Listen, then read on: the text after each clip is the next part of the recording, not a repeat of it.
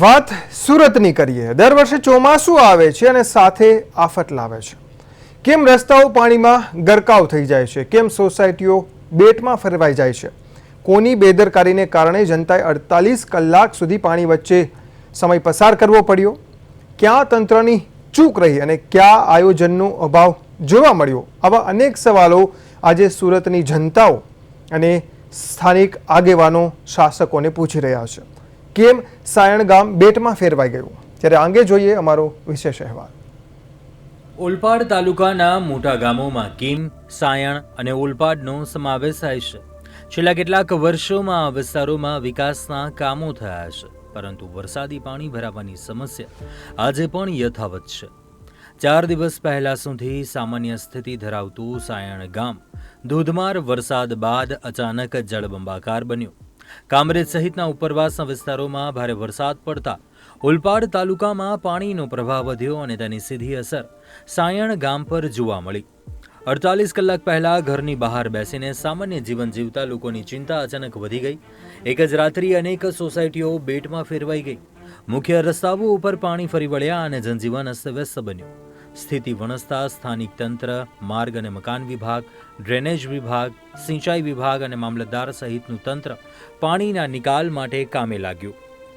સાફલિયા, Dwarkesh, Ayodhya, Ambika, Jalaram total સોસાયટીમાં ફૂલ પાણી। આટલા વર્ષમાં 2006માં પણ આટલું પાણી નથી આવ્યું। વરસાદનો કેમ કે 5 ઇંચ ઉપર વરસાદ છે। ખેતરાળી પાણી સૌથી વધારે ખેતરાળી પાણી આવ્યું છે। સાફલિયા, અંબિકા બધામાં જ આ જીસીબી ને બધું આવ્યું છે, કામ ચાલે છે હવે। સાયણ ગામમાં પાણી ભરાઈ જતા સ્થાનિકો પોતાના ઘરોમાં ઘૂસેલા પાણી બહાર કાઢવામાં વ્યસ્ત બન્યા।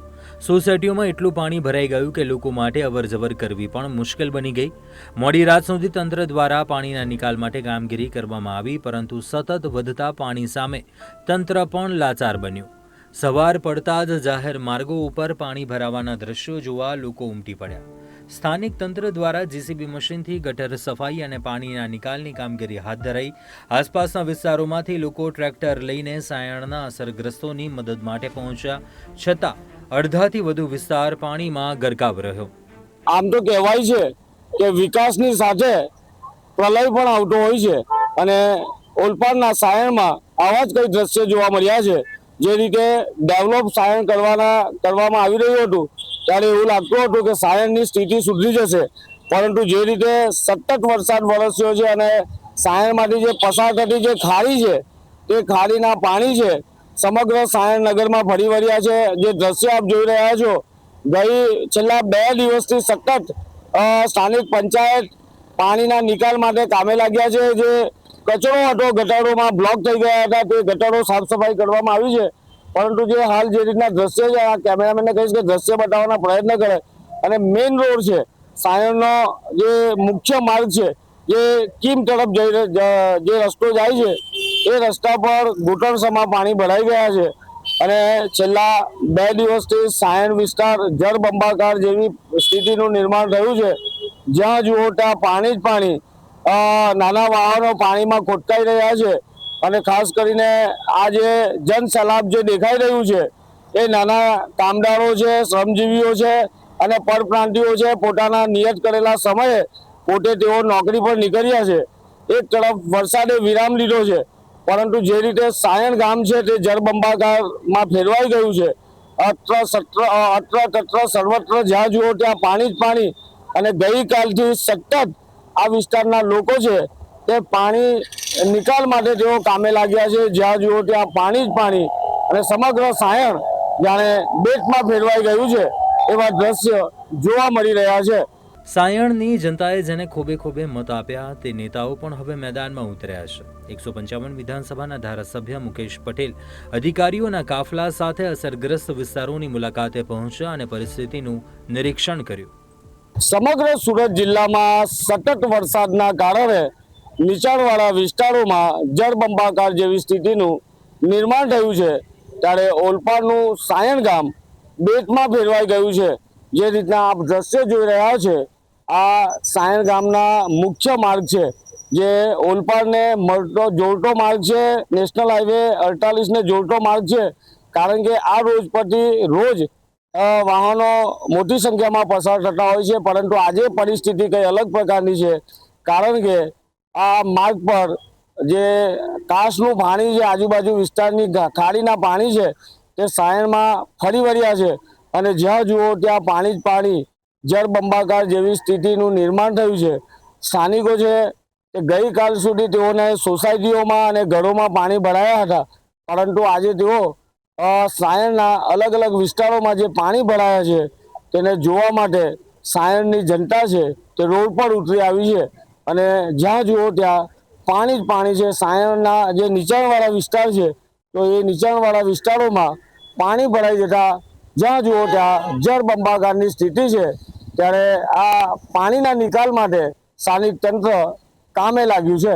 સાયણની શાળા, બેંક, સહકારી મંડળીઓ, દુકાનો, સોસાયટી અને જાહેર રસ્તાઓ જાણે કે બેટમાં ફેરવાઈ ગયા છે. પાણી ભરાવાની સ્થિતિને લઈને સાયણના લોકોમાં ભારે રોષ જોવા મળી રહ્યો છે. જોકે કુદરતી આફત સામે હાલ સ્થાનિકો અને તંત્ર બંને લાચાર બન્યા છે. હવે સવાલ એ છે કે દર વર્ષે સર્જાતી આ સમસ્યાનો કાયમી ઉકેલ ક્યારે આવશે? તાલુકાના સાયણ ગામમાં ધોધમાર વરસાદના કારણે નીચાણવાળા વિસ્તારોમાં પાણી ભરાયા હતા અને પાણી ભરાવાના કારણે જે લોકો છે તે હેરાન પરેશાન થઈ ગયા હતા. જોકે સ્થાનિક તંત્ર દ્વારા કામગીરી કરવામાં આવી હતી. ત્યારે આજે ઓલપાડ 155 વિધાનસભાના ધારાસભ્ય મુકેશ પટેલ છે તે કાશી ફળિયાની મુલાકાતે આવ્યા છે. સાયણના અલગ અલગ વિસ્તારની મુલાકાત લઈ રહ્યા છે. સાહેબ, જે રીતે મુલાકાત લઈ રહ્યા છે, જે રીતે પાણી ભરાયા, શું કહેશો? આમ તો સમગ્ર ગુજરાતમાં ને ખાસ કરીને દક્ષિણ ગુજરાતની અંદર અને એમાં પણ સુરતની અંદર જે ઓલપાડ તાલુકા અને કામરેજ તાલુકામાં 16 થી 18 ઇંચ જે વરસાદ પડ્યો એટલે ખૂબ પાણી એકી સાથે વરસવાથી તમામ એરિયાઓ જે નીચાણવાળા એરિયા હતા બધા પાણીથી ભરાઈ ગયા હતા. જ્યાં કામરેજનું પાણી હતું એ પણ ઓલપાડની ભૌગોલિક પરિસ્થિતિ એવી છે કે સમગ્ર સુરત જિલ્લાનું પાણી બાજુમાં દરિયા કિનારો છે એટલે અહીંયા થઈને જ જાય, એટલા માટે આ બધા પાણી ભરાઈ ગયા છે. પરંતુ અમારા સહકારી તંત્રએ તમામ જગ્યાએ જેસીબીએ લગાવીને જ્યાં જ્યાં પાણીનો નિકાલ થાય એ પાણીની વ્યવસ્થા અમે પહેલેથી જ કરી છે. પરંતુ આ 15-16 ઇંચ જેટલો વરસાદ એકસાથે પડતો અને પહેલીવાર આ વરસાદ રેકોર્ડ અત્યાર સુધીના ઇતિહાસમાં પહેલીવાર આટલા ઇંચ વરસાદ પડ્યો છે. જ્યાં પાણી ના જવાનું ત્યાં પણ ઘૂસી ગયું છે. પરંતુ સતત 24 કલાક કામગીરી પણ કરવાથી આજે પાણી પણ ઓછું થયું છે. આજે અમે સાયણ ગામની અંદર કાશીનગર અને બધા વિસ્તારોમાં આવ્યા છે, જ્યાં જ્યાં અહીંયા લોકો છે ઘર સુધી પાણી હજી પહોંચ્યા નથી. પરંતુ આજે જોયું છે વરસાદ ઓછો થવાથી પાણી બધા ઓસરવા લાગ્યા છે. પરંતુ તમામ લોકોને અમે સવાર, બપોર, સાંજનું જમવાનું પણ વ્યવસ્થા કરી છે અને કોઈ જાતની ચિંતા નહીં. અમારું ડિઝાસ્ટર મેનેજમેન્ટ પર કામે લાગી ગયું છે અને સરકારી તંત્ર તમામ કામે લાગી ગયું છે. વિભાગને સૂચના આપવામાં આવી છે અને ખાસ કરીને મોડી રાત સુધી કામગીરી ચાલી છે. તમામ વિભાગના સિંચાઈ વિભાગ, ડ્રેનેજ વિભાગ, આરએનબી વિભાગ, અમારું મામલેદારશ્રીનું તમામ તંત્ર, તમામ તલાટીઓને બધાની રજા રદ કરીને તમામ લોકોને કામે લગાવી દીધા છે. અને ભારતીય જનતા પાર્ટીના કાર્યકરો રાતે 12 વાગ્યા સુધી પણ જેસીબી સાથે કામ કરીને જ્યાં જ્યાં પાણી રોકાયું હતું એ પાણી પણ બહાર નીકળવાની કોશિશ કરી છે. આમ તો સામાન્ય રીતે કુદરતી આફતો એટલે સ્વાભાવિક છે કે પાણી ભરાયા હોય, કારણ કે ધોધમાર વરસાદના કારણે, સતત વરસાદના કારણે, પાણી ભરાવાના કારણે કાશી ફળિયું હોય કે આજુબાજુના જે નીચાણવાળા વિસ્તાર છે ત્યાં પાણી ભરાયા હતા.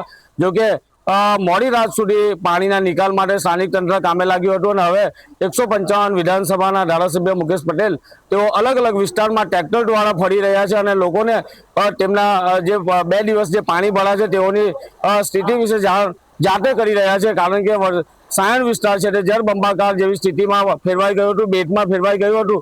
જોકે આજે વરસાદે વિરામ લીધો છે, જેના કારણે સાયણ વિસ્તારની અંદર ધીમે ધીમે પાણી ઓસરવાનું શરૂ થઈ ગયું છે. પરંતુ જે સ્થાનિક લોકો છે તેને કોઈ તકલીફ ના પડે તેના માટે તંત્ર છે તે કામે લાગ્યું છે. કિરણસિંહ ગોહિલ, પ્રદેશ 24 ગુજરાતી, સુરત.